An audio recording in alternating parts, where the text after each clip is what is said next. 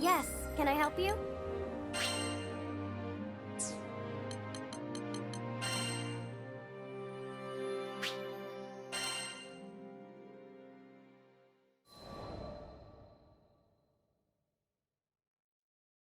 My dream is to become a hero.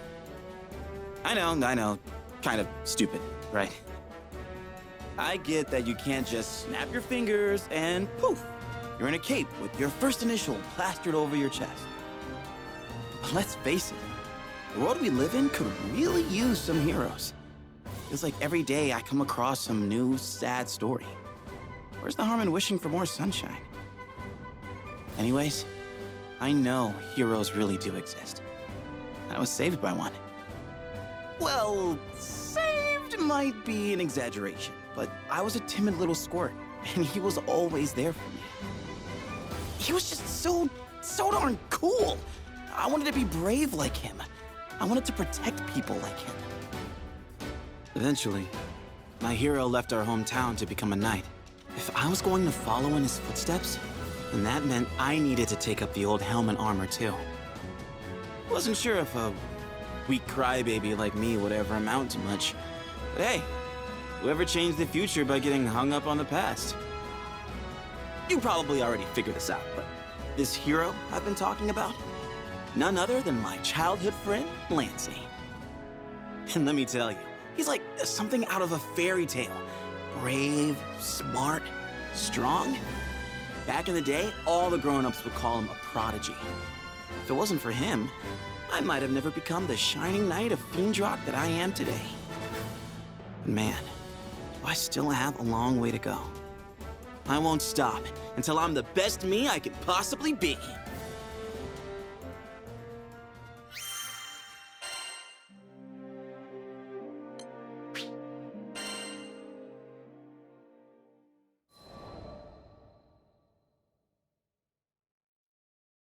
Here's a story from way before I became vice captain of the White Dragons. One day, I was waiting for Lancey at a harbor in Fiendrock. When hours passed and he still didn't show, I started to get nervous. The sound of the surf, which had been super calming until then, turned dark and whispery. Weird, but okay. Snooping around, I found out the true dragon Fafnir had returned. The royal powers that be were putting together a force to beat him. And of course, the person leading it was the captain of the White Dragons, Lancey. My best friend was about to march into the jaws of a literal fire-breathing lizard, and he was gonna do it without me. I couldn't let that happen. In a panic, I started back for the capital. So there I was, rushing along, worried half out of my mind, when I met the Grand Cypher's captain for the first time. Apparently, the crew was also headed for the capital of Fiendrock, so I told him to stick with me. The more the merrier, right? Except, I wasn't exactly merry. And the captain could see that. Unable to stand it any longer, I spilled my heart out. I talked about the divide between me and Lancey.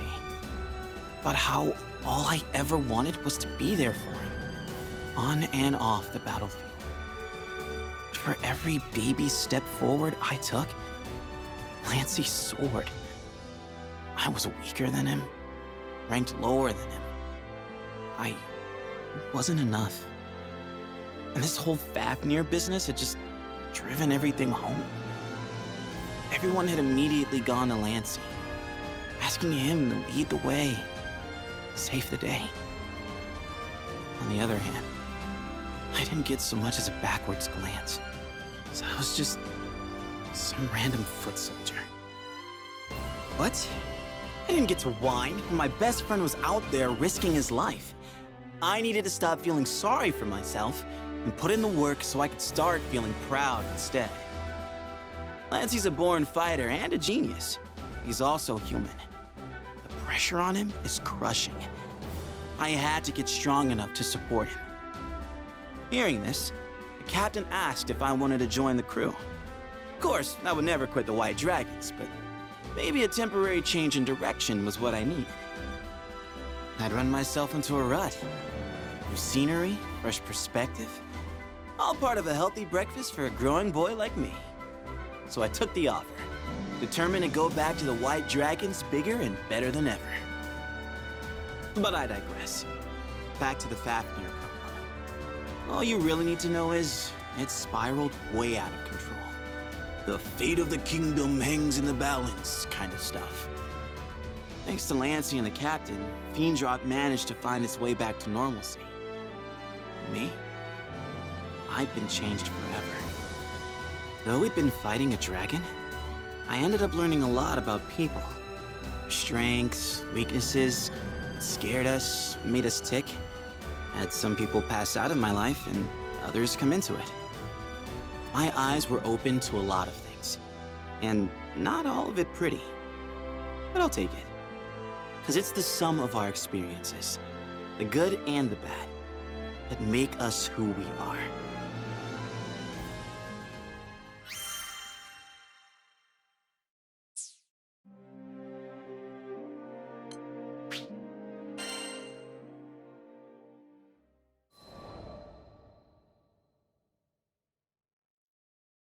Fast forward in time, and bam!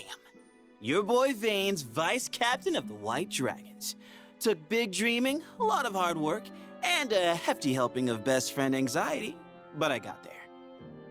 Now, don't get me wrong, rank, titles, all that stuff's just words, you know? What kid doesn't like getting a gold star? And this was a big, shiny gold star that said, "Congratulations, you're on your way to becoming a hero." Plus, now I got to be part of all the important security meetings. If Lancey needed help, I'd be the first to know. For once, I was feeling pretty confident in myself. Vice captains have it tough, but I was more than happy to do the work. It wasn't all smooth sailing, though. After a few months, some nasty rumors began circulating through the barracks. People were saying I got my job through nepotism, just because I was friends with Lancey. It was kind of a dark time. I'd been trying to come up with things that I accomplished when I realized there were none. At least, nothing that I'd accomplished on my own. This whole time, I'd just been riding on other people's coattails. The captain, as always, lent me a shoulder to cry on, and we agreed to meet up again in a few days. But when the time came, two, burlier figures were standing beside the captain, Siegfried and Percival. They were there to spar with me and judge, once and for all, if I deserved to be vice captain of the White Dragons. I definitely teared up a little. These were two of the people I looked up to most in the world. They could take whatever I threw at them. My hopes, my insecurities, the lessons I learned. I put everything I had into that battle. And in return, Siegfried and Percival gave me everything they had. Fighting the two of them was as intense as you'd expect. But once I got over my throbbing calves and aching deltoids, I felt really lucky. I had good people looking out for me. They showed me how far I'd come, and I could go the distance. I went back to the castle determined to hide everything from Lancey. He had enough on his plate. But you know how best friends are. Trying to keep secrets from them is like trying to hide an onion in a muffin. He cornered me. So, with nowhere left to run, I spilled the beans. Told him how the rumors had drained my confidence, and I didn't feel good enough to be his vice captain. Or his best bud. I felt horrible. I had the greatest friends in the skies telling me they believed in me. And still, I couldn't believe in myself. Lancey waited for me to get everything off my chest before speaking. Vane, I recommended you for vice captain because I considered you the most qualified. The motion passed because the king and the White Dragons felt the same way. And just like that, a weight was lifted. Seems like all I really needed was to know my best friend trusted me. And now that we re-established this trust, there was only one thing left to do. Beat each other silly. We snuck out to the training grounds in the middle of the night and sparred until our legs gave out. Then, we lay spread eagle on the ground, looking up at the stars. Those little twinkling dots were so inspiring. They're out there, a gabillion miles away. But still, their light manages to reach us. My dream of becoming a hero might be far off. But if the stars can make the trip, so can I.